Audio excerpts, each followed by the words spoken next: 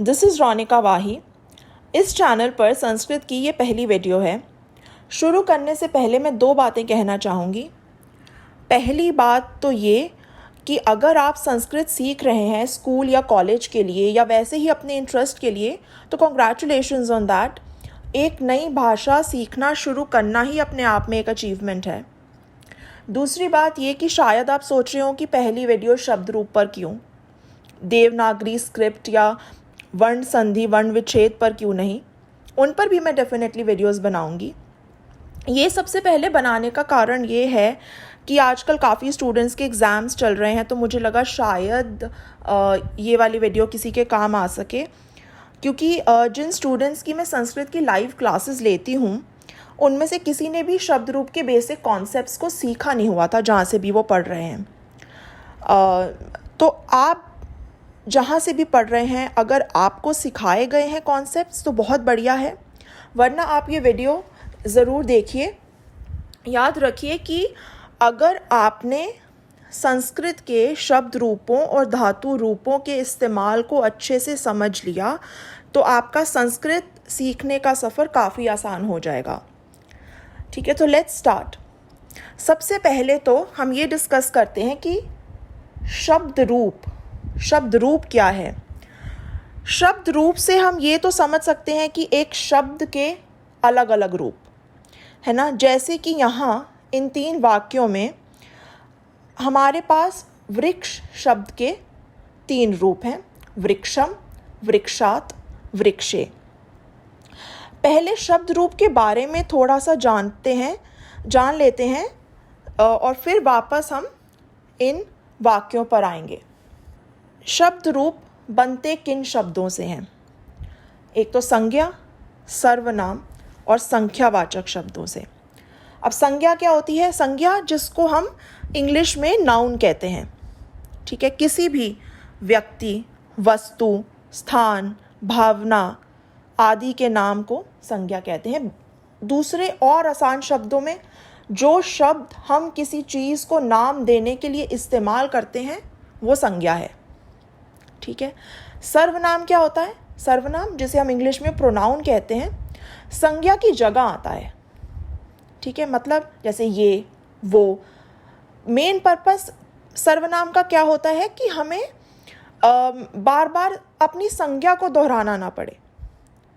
ठीक है, बार बार अगर जैसे हम किसी का नाम ले रहे हैं, फॉर एग्जांपल अमित, हम बार बार अमित अमित अमित करते जाएं, उसकी जगह हम वो इस्तेमाल कर सकते हैं। तो संज्ञा का मेन पर्पस ये होता है कि सर्वनाम का मेन पर्पस ये होता है कि हम संज्ञा को बार बार दोहराएं ना। ठीक है, संख्यावाचक शब्द तो मतलब संख्या, नंबर बताते हैं। ठीक है, तो शब्द रूप जो है संज्ञा, सर्वनाम और संख्यावाचक शब्दों के बनते हैं। जैसे बालक या बाल, ठीक है, एक ही बात है।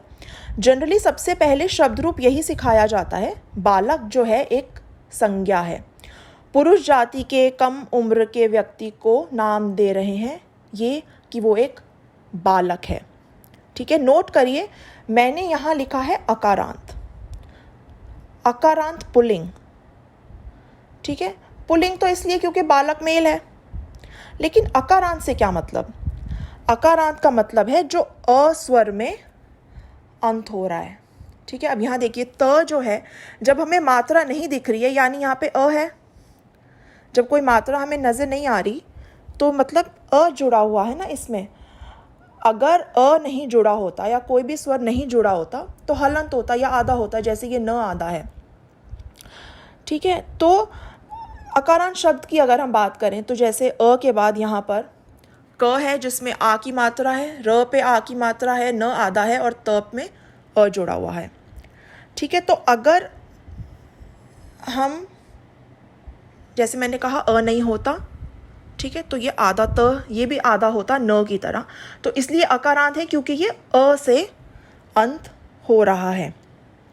ठीक है, तो शब्द रूप ऐसे ही एक और तरीके से इनको बांटा जाता है। जैसे अभी हमने बात की कि संज्ञा होते हैं, सर्वनाम होते हैं, संख्यावाचक होते हैं, तो ये एक और तरीका है शब्द रूपों को बांटने का, वो ये है कि ये अंत कैसे हो रहे हैं। ठीक है, जैसे ये जो है एक कैटेगरी होती है, नाम इंपॉर्टेंट नहीं है, याद रखना, कॉन्सेप्ट समझिए। ये एक कैटेगरी होती है जैसे अजंत या स्वरांत कहते हैं उनको, उसका मतलब होता है जो कोई स्वर से अंत हो रहे हैं, ठीक है। जैसे यहाँ पर अ स्वर से अंत हो रहा है, ठीक है। स्वर कौन से सारे हमारे, वही अ आ ई उ, ठीक है, ये सब स्वर होते हैं। तो और ये तीनों लिंगों में चलेंगे हमारे, जो स्वर से अंत होने वाले शब्द हैं, जैसे पुल्लिंग, स्त्रीलिंग, नपुंसकलिंग, सब में चलेंगे, ठीक है। बालक अ से अंत हो रहा है तो ये अकारांत है और पुल्लिंग है, ठीक है। और ऐसे ही बालक के जैसे जो भी अ से अंत होंगे और पुल्लिंग होंगे, राम, नृप, नृप यानी राजा, अश्व, भुजंग, ये सब अकारांत हैं, ठीक है। और अगर कोई जिनमें आ की मात्रा लग जाएगी, जैसे हम लता भी काफ़ी शुरुआत में सीखते हैं बालक के बाद, है ना, तो रमा, लता, माला, विद्या, ये सब स्त्रीलिंग है, आ से उनका अंत हो रहा है तो वो आकारांत और स्त्रीलिंग हो जाएंगे। ऐसे ही हमारे पास होते हैं इकारांत, जैसे हरि, मति, ईकारांत, बड़ी ई, ठीक है, नदी, उकारांत, छोटे ऊ के साथ साधु, ठीक है। ऐसे ही उकारांत, ऋकारांत, ऋकारांत मतलब जो री स्वर जिनमें लगा होता है, ठीक है। ऐसे ही अलग अलग लिंगों में चलते हैं। तो ये इनके जो आप टाइटल देखते होंगे शब्द रूप में, ये उसका मतलब होता है कि किस स्वर से अंत हो रहे हैं और उनका लिंग क्या है। संस्कृत में उस पर्टिकुलर वर्ड को किस लिंग में कैटेगराइज किया जाता है, ठीक है। अब एक खास बात यहाँ ध्यान रखने की ये है कि सारे के सारे अकारांत पुल्लिंग जो भी होंगे, ठीक है, वो एक ही जैसे चलेंगे। सारे इकारांत पुल्लिंग एक जैसे चलेंगे, मतलब जो भी अंत का स्वर है और जो लिंग है वो बिल्कुल उसी हिसाब से चलते जाएंगे। जैसे बालक की जगह अगर देव है, वह में भी अ से अंत हो रहा है, वो भी ऐसे ही चलेगा जैसे बालक के रूप चल रहे हैं, ठीक है। राम है, वो भी ऐसे ही चलेगा। नृप, अश्व, भुजंग, गज, मानव, छात्र, सब ऐसे ही चलेंगे, अकारांत पुल्लिंग है। सब में वही परिवर्तन आएंगे जो बालक शब्द में इस पूरे रूप में हम देख रहे हैं, ठीक है। एग्जैक्ट सेम इन दूसरे अकारांत पुल्लिंग शब्दों में भी सेम परिवर्तन होंगे जो बालक में है। दूसरा भेद है जो हलंत या किसी व्यंजन से अंत होते हैं, ठीक है, मतलब उनमें स्वर नहीं जुड़ा होता, ठीक है। वो हमारे एक दूसरी कैटेगरी है इन शब्द रूपों की, वो भी तीनों लिंगों में चलते हैं। जैसे कुछ एग्जाम्पल्स हो गए ऐसे रूपों के, राजन हो गया, इसमें न पे हलंत होता है, ठीक है। भवत हो गया, त पे हलंत है। वाच हो गया, नामन हो गया, एट्सेट्रा, ठीक है। अब हम देखते हैं कि इनको इस्तेमाल शब्द रूपों को कैसे करना है, ठीक है। हम अपनी जो हमने जिन वाक्यों से शुरुआत की थी वापस एक बार उन पे जाते हैं। छात्रः वृक्षं पश्यति, यानी छात्र, छात्र एक मेल स्टूडेंट, वृक्षं पश्यति पेड़, वृक्ष पेड़ को देखता है। वृक्ष जो है संस्कृत में पुल्लिंग होता है, ठीक है। बालक की ही तरह चलेगा ये, क्योंकि ये भी अकारांत पुल्लिंग है। तो वृक्षम, छात्र वृक्षम पश्यति, छात्र एक मेल स्टूडेंट जो है वो पेड़ को देखता है, ठीक है। छात्रः वृक्षात् पतति, यानी छात्र पेड़ से गिरता है। छात्रः वृक्षे तिष्ठति। अब ये जो स्था या तिष्ठ धातु होती है, इसका मतलब होता है ठहरना या बैठना। यहाँ पर इस वाक्य में बैठना से मतलब है, तो ये वाक्य कह रहा है कि छात्र वृक्ष पर बैठता है। अब ये अलग अलग रूप क्यों यहाँ वृक्षम, यहाँ वृक्षात, यहाँ वृक्षे। नोट करिए क्या बोल रही हूँ, अभी नोट करिए और इसको माइंड में रखिए। छात्र वृक्ष को देखता है, वृक्ष को। छात्र वृक्ष से या पेड़ से गिरता है, पेड़ से, ठीक है। छात्र वृक्ष पर या पेड़ पर बैठा है, ठीक है, वृक्ष पर, ठीक है। जैसे हमने डिस्कस करा, बिल्कुल बालक की तरह ही ये चल रहा है। तो यहाँ पे अब पहले हम सबसे पहले रोज और कॉलम्स समझते हैं कि इनके क्या मतलब हैं, ठीक है। विभक्ति का मतलब क्या होता है? विभक्ति, अब जो हमें कैटेगरीज दी हैं, प्रथमा, द्वितीया, तृतीया, मतलब first, second, third, fourth, fifth, six, seventh, और ये संबोधन। तो ये अलग अलग डिस्टिंक्शंस क्या हैं? बेसिकली विभक्ति का मतलब ये होता है कि जो चेंजेस आ रहे हैं, जो बदलाव आ रहे हैं, उनकी डिवीजन कर रहे हैं, डिवाइड कर रहे हैं इनको अलग अलग कैटेगरीज में, ठीक है। ये तो हमें वचन बता रहे हैं, मतलब नंबर, ये 1 है, ये 2 है, और ये 2 से ज़्यादा, 3, 4, 6, 100, 1000, कितने भी हो सकते हैं, ठीक है। अनेक इस्तेमाल करेंगे हम उसके लिए। तो लेकिन इन विभक्तियों का क्या मतलब, ठीक है। ये तो चलो समझ आता है इजीली, एक वचन है, द्विवचन है, बहुवचन है, लेकिन एक वचन में इतनी सारी ऑप्शंस क्यों हमारे पास? ये जो विभक्तियां हैं, जो मैंने कहा डिविजन्स बता रही हैं, क्या डिवाइड कर रही हैं ये, ठीक है। तो हम कैसे जानें कि अगर एक वचन की बात हो रही है तो हम कौन से कॉन्टेक्स्ट में बाल के लगाएं, कहाँ बाल काय लगाएं, कहाँ बाल कस्य लगाएं, कैसे पता चलेगा हमें? इसका जवाब है ये, ठीक है। कर्ता ने कर्म को कर्ण से के द्वारा संप्रदान के लिए अपादान से संबंध का के की अधिकरण में पर हे अरे भो, संबोधन के लिए।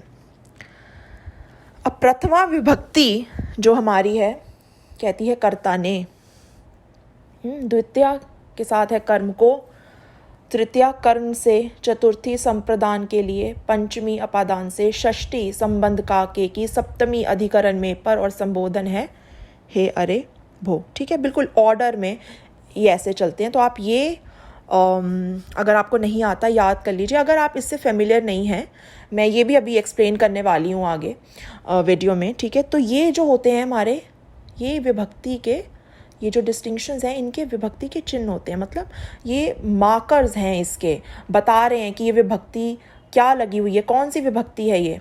तो जैसे ही हमारे पास आता है बालक का या बालक की, सेंटेंस के हिसाब से हमें ऑटोमेटिकली पता है कि ये षष्ठी विभक्ति चल रही है, यहाँ पे षष्ठी विभक्ति चल रही है, यानी बालकस्य आएगा, ठीक है। तो ये जो है आप इतना मैं सजेस्ट करूँगी कि इसको और इसको आप इतना अच्छे से ध्यान रखिए कि मतलब ऐसे ना हो एग्ज़ाम में, जैसे कई स्टूडेंट्स ना ऐसे करते हैं कि वो अगर उनको जैसे बालक का बोलना है, पहले वो कर्ता ने कर्म को कर्ण से 1 2 3 4 गिन के 6 पे आएंगे, फिर वो एक वचन के बालक से गिनना शुरू करेंगे, एक वचन की पूरी इसको, ठीक है। बल्कि इनफैक्ट आपको याद ऐसे करना चाहिए, विभक्तियों की डिवीज़न के हिसाब से, वचनों के हिसाब से नहीं, ठीक है। और फिर उसको गिन के बताएंगे कि अच्छा ये 6 आया तो छठा यहाँ पे बालकस्य, ठीक है। अगर आप ऐसे करोगे तो आपका एग्ज़ाम में काफ़ी टाइम वेस्ट होगा। तो इसको काफ़ी अच्छे से आप समझ के प्रैक्टिस करिए ताकि आपके लिए आसान हो जाए, ठीक है। तो जैसे फॉर एग्ज़ाम्पल अगर आपको किसी सेंटेंस में लिखना है कि एक बालक की पुस्तक, ठीक है, आपको ऑटोमेटिकली पता होना चाहिए अगर एक बालक की पुस्तक की बात हो रही तो एक वचन तो लगेगा ही, और बालक की तो बालकस्य, ठीक है। बालकस्य का प्रयोग करना है आपको, एकदम ऑटोमेटिकली पता होना चाहिए, ठीक है। 1 2 3 4 5 6 करके काउंटिंग नहीं करनी चाहिए अपना। ऐसे एक तो कॉन्फिडेंस भी नहीं आएगा आपको फिर कि आपने संस्कृत सीख ली है, ठीक है। और जैसे मैंने कहा एग्ज़ाम में फिर काफ़ी टाइम वेस्ट होगा, ठीक है। अब चलिए एक बार फिर हम इन वाक्यों को देखते हैं और फिर एक एक करके विभक्तियों को समझते हैं, ठीक है। इन्हीं वाक्यों को वापस थोड़ा सा समझते हैं। जैसे कि छात्रः वृक्षम पश्यति, जहाँ हमारे पास ये देखिए सिमिलर वर्ड कैसा है वृक्षम जैसा, बालकम। क्या है हमारे पास, कर्म को। यहाँ हमने क्या ट्रांसलेशन करी थी, छात्र पेड़ को देखता है ना, पेड़ को देखता है। ऐसे ही छात्र पेड़ से गिरता है। अब देखिए 2 जगह यहाँ पे से है, से फ़र्क क्या है इनमें? यहाँ पे जो से होता है तृतीय विभक्ति में, इसका मतलब होता है किस चीज़ के द्वारा के साथ याद करो ना, ताकि याद रहे किस चीज़ का इस्तेमाल हो रहा है कोई काम करने के लिए, किस चीज़ के द्वारा कोई काम करा जा रहा है। जैसे फॉर एग्जाम्पल बालक चाकू से सेब काटता है ना, तो चाकू का इस्तेमाल हो रहा है, चाकू के द्वारा कोई चीज़ एकम्प्लिश करी जा रही है। ठीक है, पंचमी वाला जो से होता है इसका अर्थ होता है अलग होने से। जैसे कि बालक कक्षा से बाहर जाता है, अलग हो गया ना वो कक्षा से, तो हम उस समय हम इस पंचमी का प्रयोग करेंगे। तृतीया, जब हमें बताना है किस चीज़ के द्वारा कोई काम हो रहा है। पंचमी, जब अलग होने की सेंस में बात हो। ठीक है, अब जैसे यहाँ पे जो छात्र है वो वृक्ष से गिर रहा है ना, वृक्ष पर बैठा था, उससे गिर गया, तो अब वृक्ष और छात्र अलग अलग हो गए। पहले वो वृक्ष के ऊपर टिका हुआ था, लेकिन अब क्या है, वृक्ष से गिर गया। ठीक है, अब वो वृक्ष पर नहीं है, तो हम यहाँ पे पंचमी लगाएंगे। जैसे बालकात वैसे वृक्षात। नेक्स्ट, छात्रः वृक्षे तिष्ठति। जैसे यहाँ पर हमारे पास है बालके, ठीक है, वैसे ही वृक्षे। बालके क्या कह रहा है, में या पर, कॉन्टेक्स्ट के हिसाब से होता है, संदर्भ के हिसाब से। तो यहाँ पे छात्रः वृक्ष में बैठा है तो सेंस नहीं बनती ना, तो वृक्ष पर बैठा है। ठीक है, अब चलिए फटाफट सारे ये जो हैं इनको डिस्कस करते हैं कि इनके क्या मतलब है। अगर आपको आता है वेल एंड गुड, आप चाहें तो रिवीजन कर सकते हैं, अदरवाइज आपके लिए आप थोड़ा सा आगे बढ़ के देख सकते हैं अगर आपको लगे, आप कॉन्फिडेंट हैं अगर आपको कि ये समझ आता है। ठीक है, नहीं तो वरना आप ये, अगर आपको क्लैरिटी नहीं है या आप एक बार रिवीजन करना चाहेंगे तो इसे ज़रूर सुनिएगा ध्यान से। अब कर्ता ने, कर्ता क्या होता है, जो कार्य को, काम को करने वाला है। ज़रूरी नहीं है, याद रखो, कि हर वाक्य में ने का प्रयोग हो जब हम हिंदी में अनुवाद कर रहे हैं। ठीक है, तो हमें ये याद रखना है। क्यों? अब हिंदी आपको आती है, हम इतना सोचते नहीं हैं, मतलब ऐसे बोलनी आती है तो हम इतना ग्रामर के बारे में नहीं सोचे, लेकिन थोड़ा अपने मन में सोच के देखो, ध्यान दो कि ने हम सिर्फ कब इस्तेमाल करते हैं, जब हम काम कर चुके होते हैं, है ना। जैसे अगर मैं कहूँगी मैं खाना खाती हूँ, मैं खाना खा रही हूँ, मुझे फ्यूचर की बात करनी है तो मैं कहूँगी मैं खाना खाऊंगी। लेकिन जब मैं खा चुकी खाना तो मैं कहूँगी मैंने खाना खा लिया, मैंने, है ना। और ने हम सारी क्रियाओं के साथ भी नहीं लगाते। जैसे मैंने वो गाना सुना था, तो ये तो ठीक है, पर मैं वहाँ गई थी, मैं ये नहीं कहूँगी मैंने वहाँ गई थी, है ना। यहाँ पे मैं ने नहीं लगाऊंगी। तो ने मैं तो एक तो लगाऊंगी सिर्फ उन कामों के लिए जो मैं कर चुकी हूँ, पूरे कर चुकी हूँ। दूसरा, सारी क्रियाओं के साथ भी नहीं लगाऊंगी। ठीक है, तो मेन चीज़, मेरा कहने का मतलब ये है कि हम जब हिंदी में अनुवाद करेंगे तो संस्कृत से, तो किसी वाक्य में कर्ता के साथ ने आएगा, किसी में ने नहीं आएगा। अगर नहीं भी आता, नोट हमें क्या करना है कि अगर हम जैसे बालक की बात कर रहे हैं, तो क्या उस वाक्य का बालक कर्ता या कार्य करने वाला है। फोकस की बात यह है कि ये कार्य करने वाला होना चाहिए। ठीक है, जैसे छात्रः वृक्षम पश्यति, ठीक है, जो सेंटेंस हम पढ़ रहे थे अभी, हिंदी में हम कहेंगे छात्र पेड़ को देख रहा है। ने तो हमने नहीं लगाया यहाँ पे, लेकिन छात्र है जो ये काम कर रहा है। क्या काम कर रहा है? पेड़ को देखने का। तो ऐसे ही बाकी के जो हमारे ये दो वाक्य हैं, यहाँ पर भी छात्र है जो कि करता है, जो काम कर रहा है हर जगह। ठीक है, तो हम यहाँ पे, क्योंकि छात्र बालक की तरह चलेगा, कर्ता और एक वचन है, छात्र है, तो हम बालक का जैसे बालक कहा हुआ, सिर्फ विसर्ग लगाया हमने छात्र में भी सिर्फ विसर्ग लगा दिया। ठीक है, हमने इंडिकेट कर दिया कि ये हमारा कर्ता है। ठीक है, रेलिवेंट नहीं है कि इसमें ने नहीं आता, तो जो कर्ता ने है उसमें ने हो भी सकता है, ने नहीं भी हो सकता। मेन चीज़ ये है क्या वो काम करने वाला है, चाहे एक हो, दो जने मिलके काम कर रहे हो या अनेक जने मिलके काम कर रहे हो। ठीक है, मेन ये बात है, वो होना चाहिए जो काम कर रहा है, एक्शन जो कर रहा है। ठीक है, नेक्स्ट हम आते हैं कर्म को। ये हम उसके लिए इस्तेमाल करेंगे जिस पर कार्य का प्रभाव या असर पड़ रहा है। ठीक है, जैसे छात्र वृक्ष को देखता है। ठीक है, तो हमने क्या यूज किया था? वृक्षम। छात्र के जो देखने का असर है किस पर हो रहा है? वृक्ष पर। तो हम वृक्ष में द्वितीय विभक्ति लगाएंगे, और क्योंकि वृक्ष एक है, एक पेड़ को देख रहा है वो, तो वृक्षम। अगर ज्यादा पेड़ों को देख रहा होता, अगर 2 से भी ज्यादा होते, तो हम अकॉर्डिंगली वृक्षान कर देते। ठीक है, लेकिन यहां पर हम एक पेड़ है। ठीक है, तो छात्र पेड़ को देख रहा है। अब एक और चीज नोट करिए कि कई बार ना हम लोग क्या करते हैं, हम को भी नहीं लगाते। को होता है वहां पे, लेकिन जैसे हम बोलते वक्त नहीं लगाते। जैसे छात्र पेड़ देखता है भी काफी है ना। छात्र पेड़ को देखता है भी ठीक है, छात्र पेड़ देखता है भी ठीक है। दोनों केसेस में हम वृक्षम ही लगाएंगे। ठीक है, जो एक्शन रिसीव कर रहा है। ऐसे ही अमित विद्यालय जाता है, विद्यालय स्कूल, या विद्यालय को जाता है, एक ही बात है। ठीक है, लेकिन जब हम विद्यालय, हम किसी भी जगह जाने की बात करते हैं, जब whenever we are going towards something, हम द्वितीय विभक्ति यूज करेंगे। तो अमित विद्यालयम, विद्यालयम गच्छति। ठीक है,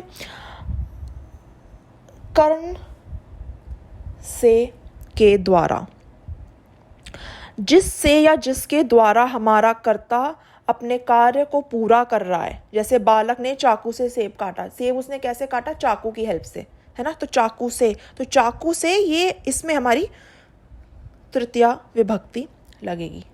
ठीक है, नेक्स्ट हम आते हैं संप्रदान के लिए, जिसके लिए काम किया जाता है। ठीक है, जैसे रमा रमेश के लिए फल लाती है। अब हम जिसके लिए विभक्ति हम किस में लगा रहे हैं? ठीक है, जिसके बाद, जैसे हम जब ट्रांसलेट कर रहे हैं, तो जिनके बाद हमारे ये चिन्ह आ रहे हैं ना, उन पे विभक्ति ऑटोमेटिकली हम लगाते जा रहे हैं। क्यों? हमारे पास ये एडवांटेज है ना हमारे पास, कि कोई भी भाषा जब हम सीखते हैं ना, एक सबसे टफ चीज़ होती है कि सेंटेंस स्ट्रक्चर सीखना। जैसे हिंदी का और अगर हम इंग्लिश की कंपैरिजन करें तो सेंटेंस स्ट्रक्चर काफ़ी डिफरेंट है। लेकिन हमारे पास यहाँ क्या एडवांटेज है कि हिंदी जो है बिल्कुल उसने संस्कृत का सेंटेंस स्ट्रक्चर अडॉप्ट किया हुआ है। कहीं कहीं जगह कुछ फ़र्क आता है, वो हम of course with time discuss करेंगे। बट अगर हम अब हमें हिंदी का अगर सेंटेंस स्ट्रक्चर आता है, तो क्योंकि हिंदी ने संस्कृत से अडॉप्ट किया हुआ है, ऑब्वियसली हमें संस्कृत में भी सेंटेंस स्ट्रक्चर का हमारा स्ट्रगल नहीं है। ठीक है, तो जैसे जैसे हम लोग अनुवाद करेंगे, जिसके पे ये हमारे ये जो चिन्ह हैं सारे एप्लीकेबल होंगे, उसी पे हम वो वाली विभक्ति लगाएंगे। ठीक है, तुम्हारा सेंटेंस स्ट्रक्चर इस हिसाब से सॉर्टेड है। तो जैसे संप्रदान के लिए हम बात कर रहे थे, जिसके लिए काम किया जाता है। जैसे रमा रमेश के लिए फल लाती है ना। तो रमेश के लिए ला रही है, तो रमेश जो है उसमें चतुर्थी विभक्ति लग जाएगी, है। रमेश बंदे का नाम है, अ से ही एंड हो रहा है, तो सेम ही लगाएंगे हम। रमा रमेशाय फलम नयति। ठीक है, नेक्स्ट अपादान से। जैसे हमने अभी डिस्कस किया था, पंचमी विभक्ति जब हम अलग होने की बात कर रहे हैं। ठीक है, ये जिसके द्वारा काम हो रहा है, ये जब हम अलग होने की बात कर रहे हैं। ऑलरेडी हम एग्जाम्पल देख चुके हैं इसका, छात्रः वृक्षात् पतति।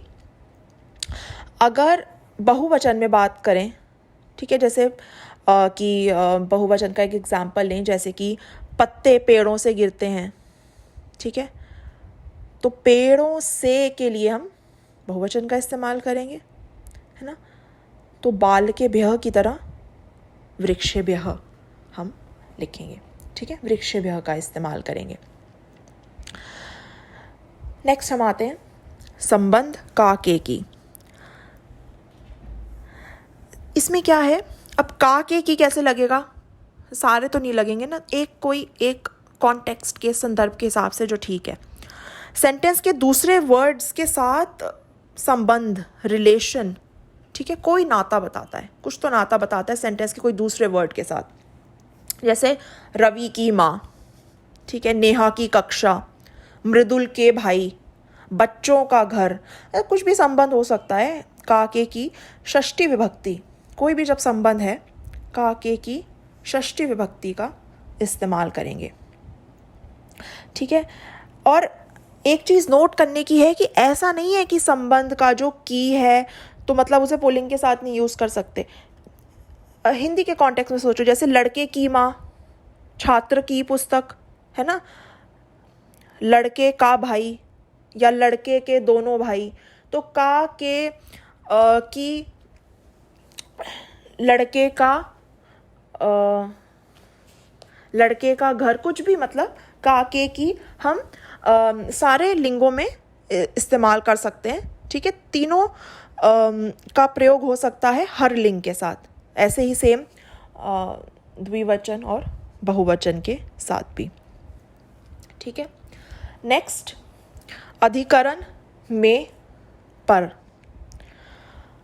ये अधिकरण से याद रखो आधार की बात हो रही है, आधार, आसरा जो कोई होता है कार्य को पूरा करने के लिए, ठीक है। इससे हमें ये भी पता चलता है हमें इससे कि किस जगह का बताते हैं कि कहाँ पर काम हो रहा है। जैसे छात्र वृक्ष पर बैठता है, ठीक है, वृक्ष पर बैठता है, बैठने का कार्य कर रहा है, कहाँ पर कर रहा है, वृक्ष पर, ठीक है। नेक्स्ट, संबोधनम। संबोधन तो क्या, किसी को संबोधित करने के लिए, किसी को एड्रेस करने के लिए। जैसे आप किसी से बात करना चाह रहे हो, उसको आवाज़ दोगे, उसका नाम पुकारने के लिए, ठीक है, तब इस्तेमाल करेंगे। जैसे आवाज़ दे रहे हैं किसी को, एक लड़के को या दो लड़कों को या ज़्यादा लड़कों को, सबको बुला रहे हैं, ठीक है, संबोधित कर रहे हैं, एड्रेस कर रहे हैं, इसीलिए भी यहाँ एक्सक्लेमेशन मार्क्स जो हम देख रहे हैं ये लगे हुए हैं, ठीक है। नेक्स्ट, अब हम इन सेंटेंसेस को ट्रांसलेट करने की कोशिश करते हैं। हम देखते हैं कि यहाँ पे क्या जो है अलग अलग, जैसे फर्स्ट सेंटेंस में हम देख रहे हैं यहाँ मल्टीपल विभक्तियाँ हैं, 4 विभक्तियाँ हैं टू बी प्रिसाइज। तो अब छात्रा, तो जैसे एक छात्रा, जैसे लता होता है ना, ठीक है, एक वचन है ये प्रथमा विभक्ति का, तो जैसे लता चलता है वैसे ये चलेगा। कर्ता यहाँ पर ये है छात्रा, कार्य करने वाली। अब स्वमित्राय क्या है, एक चीज़ नोट करिए कि पहली 2 विभक्तियाँ जो होती हैं नपुंसकलिंग की अलग होती हैं, बाकी फिर वो पुल्लिंग और नपुंसकलिंग जो हैं समान चलते हैं, ठीक है। अब हम ढूंढेंगे यहाँ पर क्या है हमारा नेक्स्ट वर्ड, स्वमित्राय, कि आय वाला एंड कहाँ आ रहा है। देखिए ये रहा, बालकाय, ठीक है, चतुर्थी के लिए, बालकाय की तरह। स्व का मतलब होता है अपना, अपने की सेंस में यूज़ करते हैं। मित्र तो दोस्त, स्वमित्राय क्या हो गया हमारा, अपने मित्र के लिए, ये जुड़ता है ना आगे, ये जो चिन्ह है इनमें से जुड़ता है, तो बालकाय बालक के लिए, स्वमित्राय अपने मित्र के लिए, छात्रा अपने मित्र के लिए। नेक्स्ट है हमारे पास वर्ड पुस्तकें, बाल के की तरह में या पर, कॉन्टेक्स्ट के हिसाब से हम समझ पा रहे हैं में होगा। छात्रा अपने मित्र के लिए, पुस्तक में। नेक्स्ट वर्ड है हमारा पाठम, बालकम की तरह, ठीक है, द्वितीया लगेगी को। छात्रा अपने मित्र के लिए पुस्तक में पाठ को लिखती है, ठीक है। छात्रा अपने मित्र के लिए पुस्तक में पाठ को लिखती है, ठीक है। Now let's come to the next sentence. आशा अमोलेन सह आशा लड़की का नाम है, अमोल लड़के का नाम है, अमोलेन सह, सह मतलब होता है साथ, विद्यालयम गच्छति।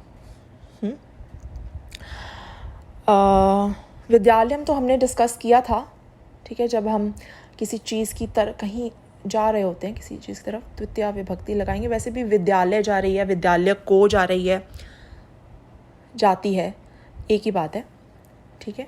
तो ये तो है हमारा द्वितीय विभक्ति। अब ये चीज़ यहाँ एक नोट करने वाली है, अमोल के साथ, के साथ। अब का के की हमारा कहाँ है, षष्ठी विभक्ति में है ना, लेकिन हमने अमोलस्य लिखा नहीं। क्यों नहीं लिखा हमने अमोलस्य? क्योंकि संस्कृत में एक रूल है कि सह के साथ तृतीया विभक्ति लगती है, ठीक है, सह के साथ तृतीया विभक्ति लगती है। तो अमोलस्य सह नहीं, अमोलेन सह होगा। आशा अमोलेन सह विद्यालयम गच्छति, आशा अमोल के साथ विद्यालय जाती है या विद्यालय को जाती है। तो उपपद विभक्तियाँ, जैसे ये एक रूल मैंने आपको बताया, सह के साथ तृतीय विभक्ति, ये हमें रूल्स बताती हैं कि किस पर्टिकुलर वर्ड, किस पर्टिकुलर कभी कभी क्रिया के साथ कौन सी विभक्ति हमेशा लगेगी। अभी मैं ये पॉइंट आउट इसीलिए कर रही हूँ ताकि कभी अगर ऐसा हो कि आपको लगे कि कोई विभक्ति फिट नहीं बैठ रही है, ठीक है, लेकिन करेक्ट हिंदी के हिसाब से कुछ और आपको लगे आना चाहिए, तो आप कंफर्म कर सकते हैं कि कोई रूल तो एप्लीकेबल नहीं है वहाँ पे, ठीक है, कहीं कोई रूल तो नहीं है जो आपको बता रहा है कि यहाँ पर यही आना चाहिए, ठीक है। तुम्हारा सेंटेंस अगेन हो गया, आशा अमोल के साथ विद्यालय या विद्यालय को जाती है, ठीक है। अब एक बार बालक शब्द रूप का उच्चारण पूरा देख लेते हैं, ठीक है, इन केस आपको किसी वर्ड में कन्फ्यूजन हो, या फिर एक बार और फिर उसके बाद एक बार हर फॉर्म का फिर से एक बार प्रॉपर रिवीजन के लिए हम लोग हर वर्ड का हिंदी का मतलब भी देख लेंगे, ठीक है। सो बालकः, बालकौ, बालकाः, बालकं, बालकौ, बालकान्, बालकेन, बालकाभ्यां, बालकैः, बालकाय, बालकाभ्यां, बालकेभ्यः, बालकात्, बालकाभ्यां, बालकेभ्यः, बालकस्य, बालकयोः, बालकानां, बालके, बालकयोः, बालकेषु, हे बालक, हे बालकौ, हे बालकाः, ठीक है। अब एक बार सारे वर्ड्स का हिंदी में हम देखते हैं। एक बालक या फिर एक बालक ने, जैसे कि हमने डिस्कस किया, दो बालक, दो बालकों ने, अनेक बालक या अनेक बालकों ने, ये हो जाएगा एक बालक को, या लेट्स जस्ट टिक टू बालक को, ठीक है, बालक मतलब एक ही बालक, दो बालकों को, अनेक बालकों को, बालक से या के द्वारा, दो बालकों से या के द्वारा, और अनेक बालकों से या के द्वारा। अब यहाँ देखिए ये सेम से वर्ड्स हैं, यहाँ भी सेम से वर्ड्स हैं, ठीक है। तो ये आपको कॉन्टेक्स्ट के हिसाब से थोड़ा प्रैक्टिस से आ जाएगा, ठीक है, कि कहाँ पे क्या मतलब है। ये हो गया बालक के लिए, दो बालकों के लिए, अनेक बालकों के लिए। ये हो गया बालक से, ठीक है, यहाँ अलग होने की सेंस में, दो बालकों से, अनेक बालकों से। बालक का, के या की कॉन्टेक्स्ट पे डिपेंड करता है, तीनों में से कौन सा। दो बालकों का, के की, अनेक बालकों का, के या की। बालक में या बालक पर, अगेन कॉन्टेक्स्ट के हिसाब से, दो बालकों में, दो बालकों पर, अनेक बालकों में या पर, ठीक है। ये हे बालक, और ये दो बालकों को बुला रहे हैं, हे दो बालकों, दो लड़कों, जो भी, ये हे अनेक बालकों, ठीक है, अनेक बालकों को आवाज़ दे रहे हैं। ये है हमारा लता, आ जुड़ा हुआ है इसमें, तो ये अकारांत की जगह आकारांत हो जाएगा। ठीक है, स्त्रीलिंग है ये। अब इसके भी ये जो मैंने इसलिए दिखाया अब कि बता दूं कि सारे के सारे जो शब्द रूप होते हैं ये सेम ही ऑफ कोर्स इस कॉन्सेप्ट पे चलते हैं। ठीक है, किसी भी लिंग के हों, किसी भी टाइप के हों, ठीक है, सेम कॉन्सेप्ट उन पे अप्लाई होगा। किसी भी स्वर के हों, किसी भी स्वर में अंत हो रहे हों, हलंत से एंड हो रहे हों। ठीक है, अब ये इसी ऑर्डर में कर्ता ने कर्म को कर्म से के द्वारा संप्रदान के लिए पदान से संबंध का के की अधिकरण में पर और संबोधन है अरे वो, इसी पर्टिकुलर ऑर्डर में आपको अच्छे से याद कर लेना है। ठीक है, हर शब्द रूप पे ही अप्लाई होगा। सो लता जैसे जैसे स्त्रीलिंग है तो बालक से तो ऑफ कोर्स अलग चलेगा, लेकिन अब जो सारे आकारांत स्त्रीलिंग हैं, रमा, छात्रा, निशा, प्रजा, कुछ भी हो, सारे लता जैसे चलेंगे। ठीक है, तो आपने एक लता याद कर लिया तो मतलब आपके सारे आकारांत स्त्रीलिंग सॉर्टेड हैं। ठीक है, जैसे आपने एक बालक याद कर लिया तो सारे आकारांत पुल्लिंग सॉर्टेड हैं। जैसे हमने एग्जाम्पल देखा वृक्ष का। ठीक है, सो नेक्स्ट ये आता है, हम लोग फल ही बोलते हैं लेकिन वैसे फल होता है करेक्ट प्रोनाउंसिएशन, पर हम में से कोई बोलता नहीं है वैसे वरना अगर हम हिंदी में जैसे लिख रहे हो तो जो फ वाली साउंड होती है ना, वो इस अक्षर के बाद यहाँ लेफ्ट में डॉट होता है ना, तब वो फ होता है, वरना इसकी करेक्ट प्रोनाउंसिएशन फ होती है। तो हम फल बोलते हैं लेकिन वैसे फल होता है। ठीक है, सो अकारांत नपुंसकलिंग ये जो है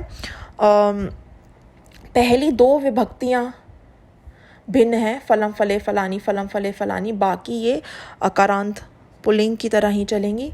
तो अपने बालक अगर कर लिया तो ये दो विभक्तियां याद रखने के बाद ये भी सेम ही है। ठीक है, नपुंसकलिंग में हम जनरली संबोधन का इस्तेमाल नहीं करते, कोई वर्ड्स के लिए करते हैं जनरली, लेकिन फिर भी ऑप्शन है हमारे पास अगर हमें कभी ज़रूरत पड़े इस्तेमाल करने की। ठीक है, और सर्वनाम शब्द रूप जो होते हैं जैसे ये, वो, जो, सब, कौन, क्या, इनके भी अलग अलग सर्वनाम जो होते हैं ये काफ़ी संज्ञा के जो शब्द रूप हैं उनसे काफ़ी सिमिलर ही चलते हैं, जो एक टाइप के होंगे, एक जैसे चलेंगे। संख्यावाचक जो हैं वो लॉजिकली भी मतलब ऑब्वियसली अलग चलेंगे काफ़ी, क्योंकि जैसे एक वचन है तो वो सिर्फ एक वचन में ही चल सकता है ना, विभक्तियाँ तो उसमें हैं एक वचन में, लेकिन ऑब्वियसली दूसरे वचनों का कोई सिग्निफिकेंस नहीं है। तीन है सिर्फ बहुवचन में ही चलेगा। और जो लिंग का अंतर होता है, ठीक है, पुल्लिंग, स्त्रीलिंग, नपुंसकलिंग, ये सिर्फ चतुर्थी तक होता है। ठीक है, 4 तक, 1 2 3 4, उसके बाद अलग अलग नहीं चलते लिंग में। ठीक है, बस विभक्तियों का अंतर होता है। संख्यावाचक पर मैं एक अलग से वीडियो बनाऊंगी ताकि डिटेल में एक्सप्लेन कर पाऊँ, बट अभी के लिए ये समझ लीजिए उसमें विभक्तियों का मेन अंतर होता है। वचनों का तो डिस्टिंक्शन नहीं होता ऑफ कोर्स, एक वचन एक के लिए ही होगा, द्विवचन दो के लिए होगा और बहुवचन बाकियों के लिए होगा। और लिंग भी सिर्फ 1 से 4 तक होते हैं, बाकी सब सारे लिंगों में समान चलते हैं। ठीक है, तो अगर आपको लगता है कि ये वीडियो किसी के लिए हेल्पफुल हो सकती है तो प्लीज़ आप उनके साथ शेयर करिएगा। और अगर आपको ये वीडियो अच्छी लगी हो तो please like, comment and subscribe, and thanks a lot for watching. Thank you.